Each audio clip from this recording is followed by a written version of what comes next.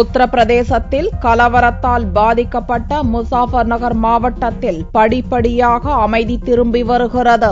வெள்ளியன்று ஊரடங்கு உத்தரவு 12 மணி நேரத்துக்கு தளர்த்தப்பட்டது. உத்தரப்பிரதேச மாநிலம் முசாஃபர்நகர் மாவட்டத்தில் கடந்த சனிக்கிழமையன்று இருதரப்பினரிடையே மத கலவரம் மூண்டது.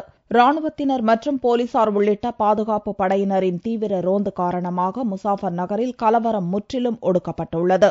கலவரம் காரணமாக கடந்த சனிக்கிழமை முதல் முசாஃபர் நகர் மாவட்டத்தில் அமல்படுத்தப்பட்ட ஊரடங்கு உத்தரவு கடந்த செவ்வாய்க்கிழமை முதல் படிப்படியாக தளர்த்தப்பட்டு வந்தது. வெள்ளியன்று காலை 7 மணி முதல் இரவு 7 மணி வரையில் ஊரடங்கு உத்தரவு தளர்த்தப்பட்டது. பொதுமக்கள் தங்களது தேவைகளை பூர்த்தி செய்து கொள்ள வீட்டை விட்டு வெளியே சென்றதால் சாலைகளில் போக்குவரத்து இயல்பு நிலைக்கு திரும்பியது. பாதுகாப்பு படையினரின் தீவிர ரோந்து பணியால் மக்கள் அச்சமின்றி சாலையில் நடமாட துவங்கியிருப்பதால் முசாஃபர் நகரில் இயல்பு நிலை சீரடைந்துள்ளது.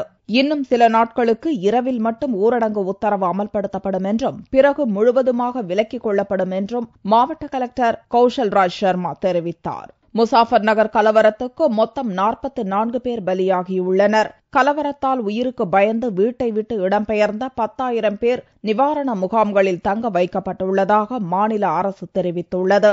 ஆனால் நிவாரண முகாம்களில் தஞ்சம் புகுந்தவர்களின் எண்ணிக்கை 50,000-ஐ எட்டும் என்று தகவல்கள் கூறுகின்றன.